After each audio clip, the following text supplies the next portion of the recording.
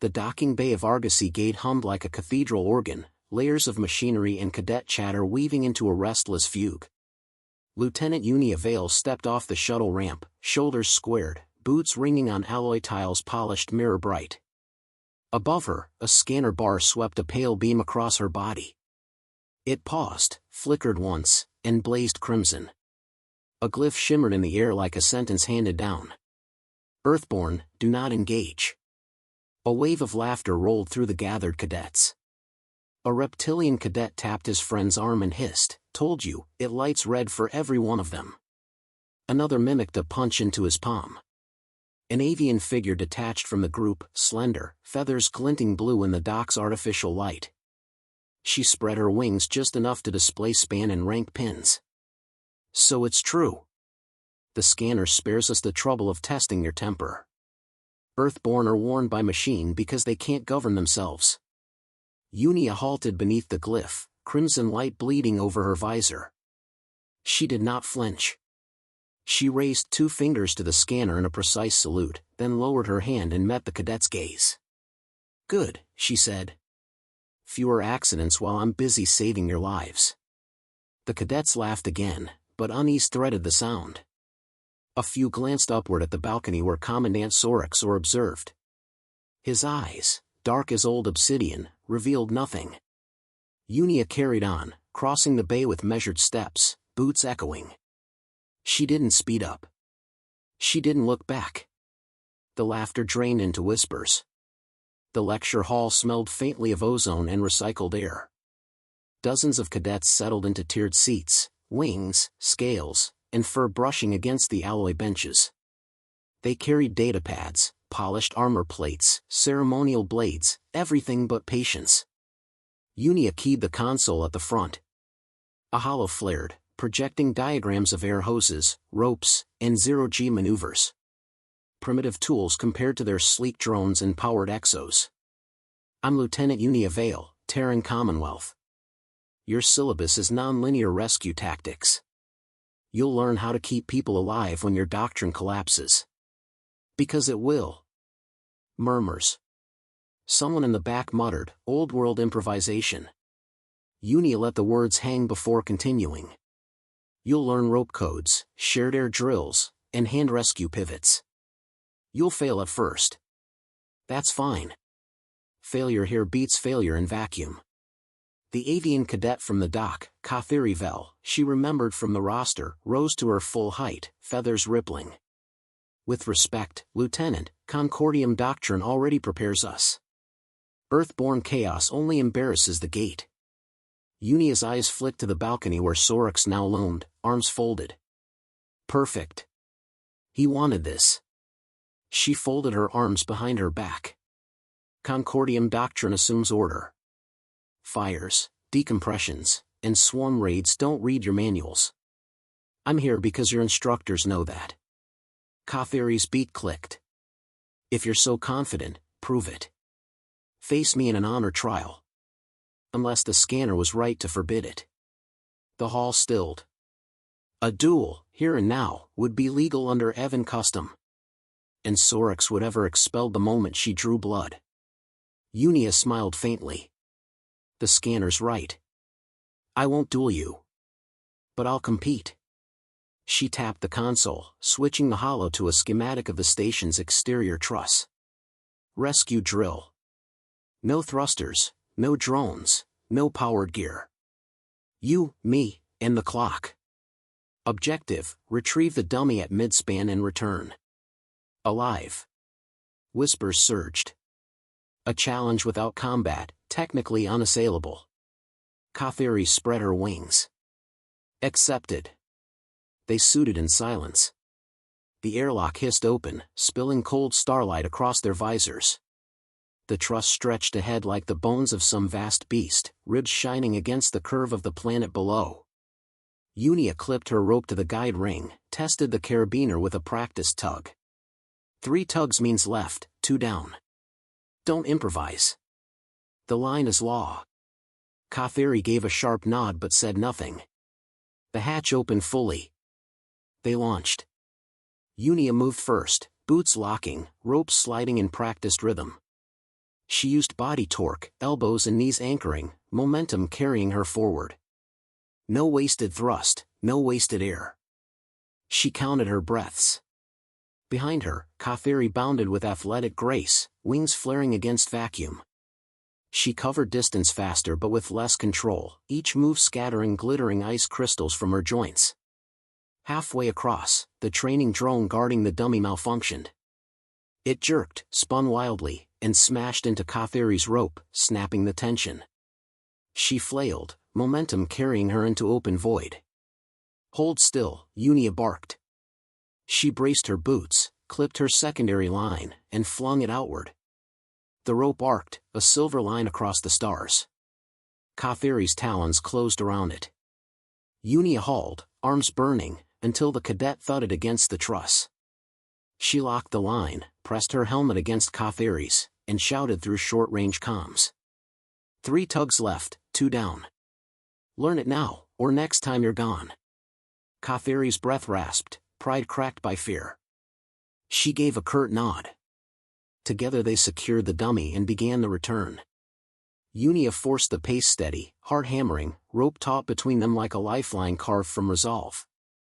Back in the hall, helmets off, Catheri stood stiff as a blade. Her feathers smelt faintly of burnt insulation.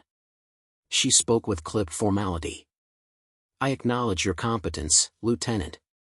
But honor is not measured by rope." Junia wiped sweat from her brow. "No. Honor's measured by who makes it home. You almost didn't." The cadets shifted uncomfortably. Some looked at Junia with new respect, others with suspicion. The scanner's crimson glyph still glowed faintly above the chamber door, as though reminding them all of her exile in advance. Sorex descended the steps. His voice carried like a gavel. "Lieutenant Vale. You deflected a duel into a contest. Clever. But cleverness isn't doctrine." Junia met his gaze. "Doctrine doesn't haul you back when the line snaps. Rope does." For a heartbeat, silence stretched. Then Sorex turned away, cloak swishing. "One misstep, Lieutenant. Remember, the scanner already judged you." Junia exhaled slowly. She glanced at the cadets, at Catheri, at the red glyph still glowing above the exit. "Good," she muttered, low enough only the front row heard. "Keeps me focused." She stepped out, the glyph painting her back in crimson as the hall erupted in whispered arguments. The training bay was a clean white cylinder with handholds studding the walls like constellations. The air tasted of citrus scrubbers and metal. Cadets floated in a loose ring, armor plates stowed, harnesses clipped to ceiling rails. Their expressions ranged from bored to hostile. Junia Vale drifted to the center with a carry case. She popped the latches.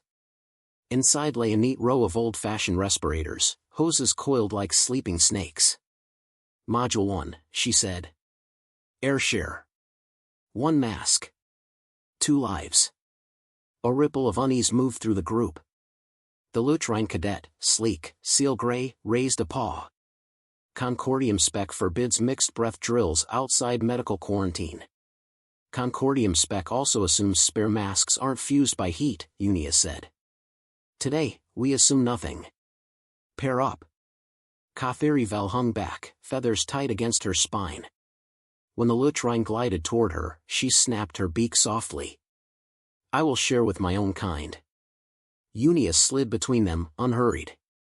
She clipped a mask to her own harness, tugged the strap snug, then offered the other end to the Lutrine. He hesitated. She nodded once. He took a slow breath through it. Junia took the next. Then she rotated the mouthpiece toward Catheri. "Your turn." Catheri's throat clicked. "This is unsanitary." "Life is unsanitary," Junia replied. "Take the breath or don't. But decide fast. Smoke doesn't wait for ritual." Feathers shivered. Pride warred with practical terror. Catheri leaned forward and sealed her beak around the valve. Air hissed. Her eyes widened despite herself. Junia counted to 3, tapped the valve, and passed it back to the Lutrine. He inhaled, then passed it again. Cadence matters, Junia said. 3 heartbeats each. Overlap the handoff by a half beat, or you'll both cough and waste oxygen. No jerks. Smooth. Rail your panic with rhythm. Pairs formed. Hoses snaked between species who would never have touched masks in any other classroom. Junia drifted from group to group, nipping small mistakes before they grew teeth, a strap too loose, a valve pinched by a claw, the common stutter of someone trying to time a breath with a pulse that had jumped. Catheri and the lutrine found an awkward equilibrium. The Evans' talons held the hose steady. The lutrine's whiskers trembled with each shared exhale. Their eyes avoided each other, then circled back, then stayed. Faster, Junia said. Emergency's compress time. Catheri's feathers rose. Honor is hard enough without adding this. Honor is not a filter, Junia replied, voice even. It's a handle. You hold people with it. Again. They repeated the sequence until their motions smoothed into competence. When Junia finally called a halt, cheeks were flushed and lungs steadier. Stow the gear, she said. Module 2. She kicked off the wall and drifted to a rack of braided lines as thick as a thumb. Knots bulged at measured intervals. She tossed coils to the cadets. Groans. Rope, a scaled cadet snorted. We have maglines, tracers, HUD overlays. Which all fail when power does, Junia said. Rope doesn't crash. Rope remembers angles with knots. She clipped one end to a hardpoint and paid out slack. This, she said, closing a gloved fist around the line, is your truth when the lights go. She demonstrated, 3 tugs, then a pause. Left. 2 tugs. Down. 1 long pull means stop. 1 quick means go. No chatter. Hands do the talking. A lutrine tried a flourish, whipping the rope like a ribbon. Junia caught it, dead calm. This isn't dance, she said. It's navigation you can feel with numb fingers. Skepticism lingered. She didn't argue it to death. She snapped her fingers toward the control booth. The training bay's illumination slid from day-bright to twilight and then, with a soft thump, to black. Cadets muttered. Someone cursed. In darkness, sound gained weight. The only constant was the rope in Junia's hand and the faint rasp of filters. Hands on, she said. Anchor to a partner. Move when you feel the signal. 3 left, 2 down. Hold until tension answers back. She sent a slow 3-tug pulse. The line carried it clean. Bodies shifted, uncertain, then found a rhythm. The rope hummed with intent. Junia felt their learning through her palms, a knot snag corrected, a panicked jerk smoothed, a floating knee finding purchase against a wall you couldn't see. Good, she said, voice steady in the dark. No heroes, no freelancing. Tune yourselves to the line. Catheri's voice cut through, clipped but clear. Anchor set. Passing 3. Junia smiled in the dark. The Evans species carried resonance well, her voice turned numbers into direction. The rope moved in clean pulses now, carrying a team instead of a cluster of bodies. They traversed the bay without vision. When the lights came back up, the cadets clung to the far wall in a neat arc, eyes dazzled, breath quick but controlled. A few looked at the rope with outright respect. Catheri unhooked her clip, expression tight, feathers singed at the tips from earlier drills but eyes bright with something like reluctant pride. The rhythm helps, she said. It cost her to admit it. It does, Junia replied. We wire comm into motion. The overhead viewport darkened a shade, then flickered with static. A faint sound slid under the hum of fans, thin, layered, almost like a chorus trying to find a key and failing. Junia's head turned. Her hand rose without thinking, palm toward silence. Everyone hold. The cadets stilled. The sound faded. Sorexor's voice cut in from the catwalk above. Proceed, he said. Maintenance is adjusting the power grid. Junia looked up. He stood with 4 faculty, faces hard. She wasn't going to argue alien acoustics with an audience. She nodded once and resumed. "Reset," she said. "Run it again. Faster." They repeated the blackout traversal. This time the rope carried more than bodies, it carried intention. Cantor called pulses in crisp measures. The lutrine counted breath intervals over shared masks with another pair to the side, coaching timing across species lines. When light returned, Junia checked the clock and hit her satisfaction. 27% faster than the previous cohort's best. Numbers, not sentiment. Sorix descended after the debrief, steps measured, cloaks skimming the rail. He studied the coiled ropes and the row of wiped respirators. "You are a determined anachronism, Lieutenant," he said. "Your tools will not frighten the swarm." "I don't intend to frighten them," Junia said. "I intend to outlast them long enough to move people out of their way." He clasped his hands behind his back. "Your numbers today beat the last class." "Speed saves oxygen," she said. "Oxygen buys decisions." He leaned close enough that the engine oil smell of his cloak brushed her senses. "Earthborn thinks speed will redeem recklessness. Remember the sign over our doors. You are here by indulgence, not need." Junia kept her face still. "Understood, Commandant." He left without looking back. When the bay cleared, Junia stayed behind, coiling ropes the way she'd learned in a Lagos station where not integrity meant whether your partner came home. As she looped hemp overhand, the phantom chorus returned, so faint she could have blamed memory. It resolved for a heartbeat into patterned intervals, then smeared into noise again. She called ops. "Vale to control. You seeing low-level oscillations on Bay 4 power?" A bored tech answered. "We're smoothing a transformer. Readings are within tolerance." "Copy," she said, and cut the line. She filed a quiet note anyway, attached a snippet of the audio her suit had picked up. Cantor hovered in the doorway, half silhouette against the brighter corridor beyond. She hesitated, then drifted in. "I dislike the mask," the Evan said, not quite looking at her. "But I dislike cadets dying more." "Good," Junia said. "Keep both dislikes. They'll keep you sharp." Cantor's beak angled, almost a smile, almost a warning. "You turn everything into a lever." "I turn everything into a way home," Junia returned. They hung there a breath longer, suspended over empty space in a dozen unspoken arguments, then separated without ceremony. Junia sealed the carry case, palmed the panel, and let the bay lights die behind her. In the corridor, the scanner bar over the exit pulsed once, red as a heartbeat, then went still. She didn't look up.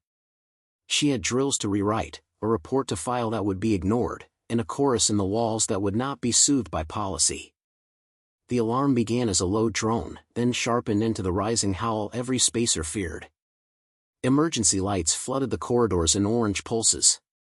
Argosy Gate was rarely frantic, but today cadets slammed lockers and stumbled over straps as automated warnings echoed. "Green ring breach. Chemical ignition detected. Evacuate sectors 7 through 12. Junia Vale was already running.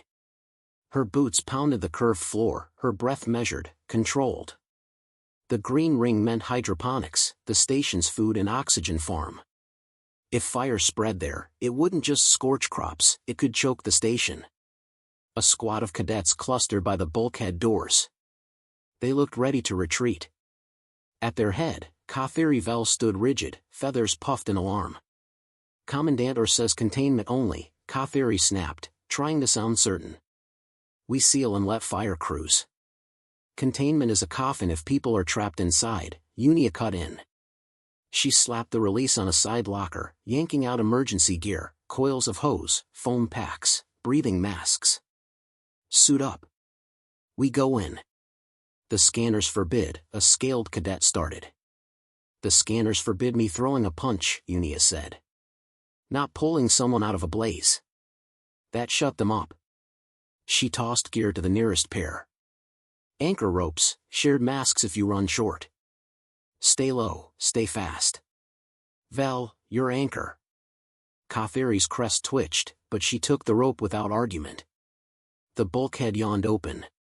Heat rolled out like a living thing, carrying the sharp stink of burning chemicals. Smoke curled along the ceiling, thickening by the second. Junia pulled her mask tight. Move. They plunged into chaos. Rows of green towers, hydroponic frames, glowed with flame. Pockets of blue fire licked along nutrient lines where chemicals mixed. A freighter had crashed into the section, its hull torn and leaking volatile cargo. Right flank. Junia shouted. Foam sweep. Keep the nutrient tanks from rupturing. Cadets fumbled at first, aiming foam too high, wasting propellant. Junia grabbed a nozzle, forced it down to the roots. Kill the base. Fire climbs. Smother its feet. Katheri braced the rope across her chest, talons locked, guiding 2 cadets through the haze. The line held them steady as smoke swallowed their sight. A muffled cry cut through the roar. A cadet, smaller and slower, was pinned beneath a section of collapsed scaffolding. Sparks rained from a half-melted pipe above him. Back! Katheri barked. We can't reach. We can, Junia said, already at the wreck. She kicked her boots into a brace, clipped her harness to the rope, and levered her body against the beam. On my mark, pull together. They strained. Metal shrieked but didn't move. Sweat stung Junia's eyes. She scanned the scene, brain flipping through possibilities. Then she saw it, a ballast tank overhead, half full, valves intact. Cade, vent that tank into the beam's joint. Now. One cadet scrambled up, cracked the valve, and let pressure slam into the weakened section. The blast hissed, shifting the metal just enough. Pull! Junia roared. The beam rose a handspan, enough for the trapped cadet to crawl free. He gasped, eyes wide, soot streaking his face. On your feet, Junia ordered. We don't leave you behind. The fire surged again as chemical foam ran thin. Smoke thickened. Visibility dropped to meters. Junia keyed her comm control, status on suppression? Static. Then Sorix's clipped voice, you are exceeding authority. Evacuate. Junia's jaw clenched. Negative. Evacuation path compromised. Fire blocks exit. We finish suppression, then retreat. Lieutenant Vale. She cut the channel. No time. Vale, she shouted. Katheri swung her head. Hold the line steady. I'll run a crossrope. She launched toward a central pillar, clipping fresh rope as she went. The line cut across the burning section, a guide through smoke. Cadets latched on, hauling foam packs, moving evacuees. Left sector dropping pressure, one called. Bleed right tank into it. Junia snapped back. The cadets obeyed. Slowly, methodically, they pushed fire into corners, choking it under coordinated bursts of foam. Rope pulses carried orders, 3 tugs left, 2 down, 1 long hold for stop. Katheri's voice echoed along the line, anchor set. Rope steady. Her feathers were singed, edges curling, but she held firm. The blaze died by degrees. Towers of green sagged blackened but intact. Air scrubbers kicked on, dragging smoke into filters. Silence followed, broken only by coughs and the hiss of cooling pipes. Junia pulled her mask free, lungs heaving. She scanned the faces around her, smudged, weary, alive. All accounted? A scaled cadet nodded, voice hoarse. All. The rescued cadet from under the beam coughed. I thought I was done. You pulled me out. Junia clapped his shoulder. You weren't done until we all were. Katheri met her gaze across the ring. Pride and something sharper flickered in her eyes. Hours later, the boardroom smelled faintly of smoke despite the scrubbers. Sorixer stood before the review panel, voice as sharp as a blade. She disregarded orders. She endangered cadets. Junia stood straight, soot still streaking her uniform. Containment without rescue would have killed 30. No casualties. Section stabilized. Cadets performed above standard. One of the panelists, a scaled elder, flicked through datapads. Metrics confirm efficiency. 27% faster than projected response. Casualty count, 0. Sorix's jaw tightened. The elder looked at Junia. Explain your methods. Rope codes for navigation in smoke. Shared air drills yesterday prepared them for mask rotations. Improvised ballast release for leverage. Simple tools, applied fast. The elder glanced at Sorix. Results speak. Sorix's silence was heavy. He finally inclined his head a fraction. The lieutenant remains, for now. Outside, cadets lingered in the corridor. They stared at Junia as she passed, not mocking this time. Some nodded. A few murmured thanks. Catheri stopped her with a wingtip against the wall. Her feathers were neatly preened now, though the edges still bore scorch marks. You risked us all, Catheri said softly. I kept you all, Junia answered.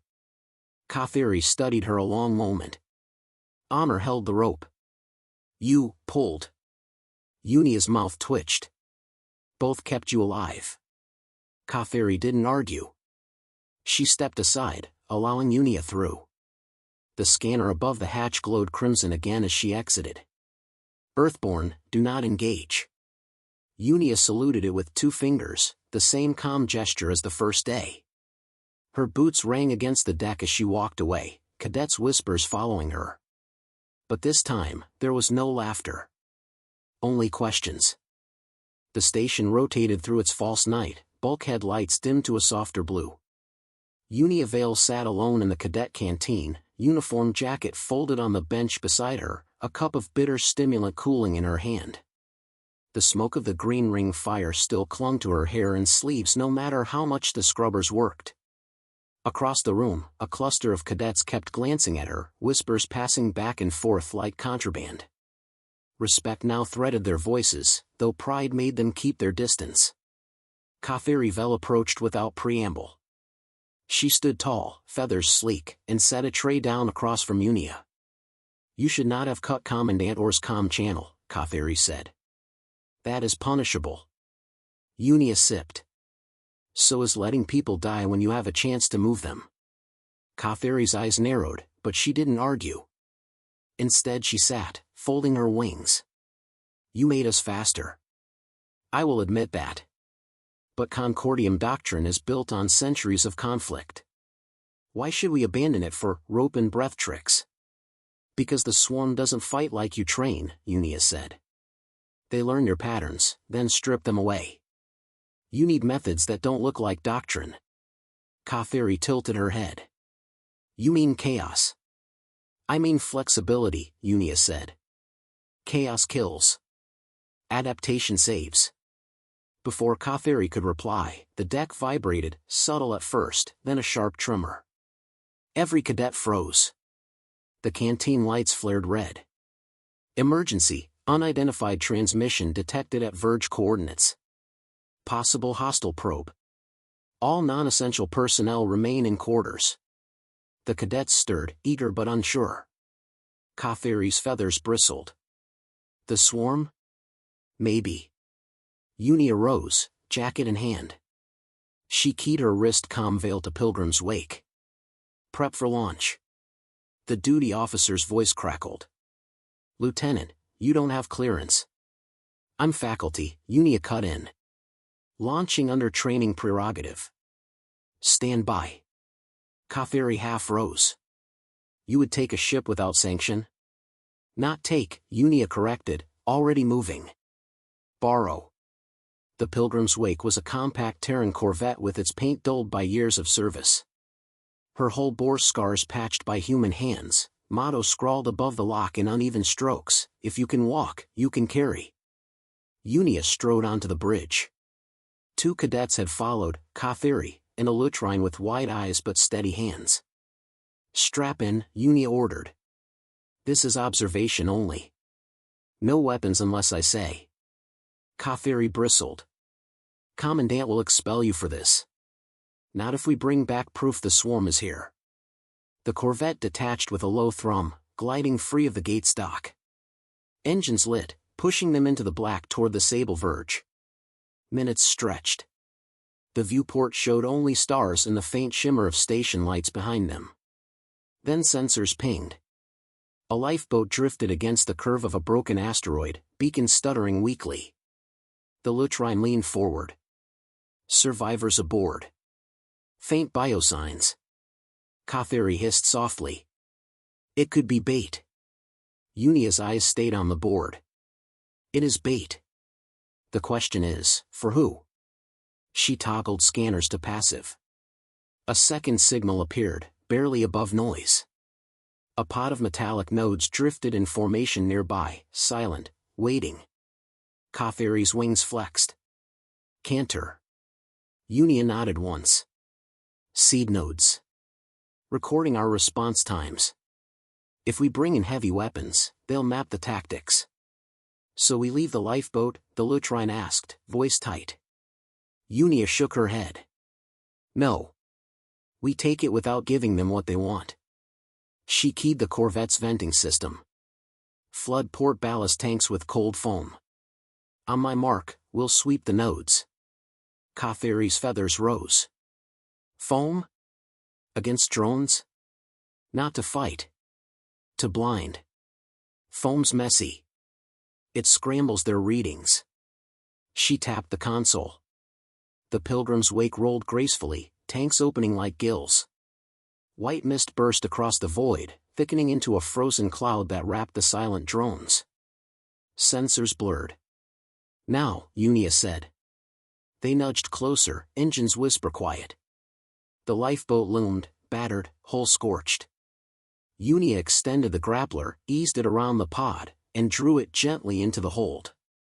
The Lutrine exhaled in relief. Biosigns stable.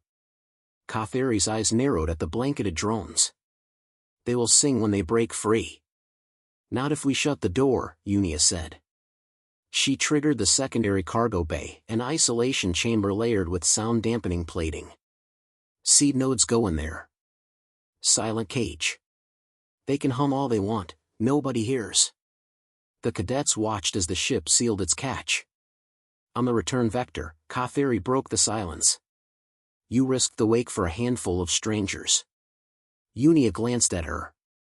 Every rescue teaches us more about the swarm. Every life adds to the ledger. That's doctrine too. Catheri's beak clicked. Doctrine written by humans. Doctrine written in fire, Junia said softly. We keep rewriting it until it works. They docked an hour later. Sorexor was waiting in the hangar, cloak rigid, expression carved from stone. You left without clearance, he said. Junia stepped down the ramp, unflinching. We retrieved survivors. And this. She gestured. The soundless vault hissed open, revealing the trapped seed nodes. They spun uselessly, patterns muted by the cage's plating. The gathered officers stared. Cadets craned their necks. Sorex's eyes narrowed. And what does this prove? That they're mapping the gate, Junia said. They wanted us to deploy weapons so they could log firing arcs. We didn't give them that. We gave them silence. The commandant studied her a long moment. You circumvented authority. I followed the treaty clause, Junia replied. Exchange officers may act when conventional response fails. No one else moved. I did. Whispers rippled through the cadets. Some nodded. A few even tapped their claws or talons in quiet approval. Sorex's lips tightened, but he could not refute the evidence. You will face inquiry tomorrow. Junia inclined her head. Fine. But the swarm already probed us today. They'll probe again tomorrow. Maybe the board should be asking how we'll be ready. Later, in her quarters, Junia sat at her desk, logging the incident. Her hands ached from the rope drills earlier, her throat still raw from smoke. She should have been exhausted. Instead, adrenaline kept her sharp. The lifeboat survivors, 2 traders and a child, rested in the med bay. She pictured their faces as she typed. That was the measure. Her console flickered once, just as it had in the training bay. Faint static whispered through the speakers, a dissonant note that nearly formed a chord. She muted it, saved the file, and leaned back. The scanner outside her door glowed red as always. Earthborn, do not engage. She almost laughed. The swarm had already engaged. The gate just didn't know it yet.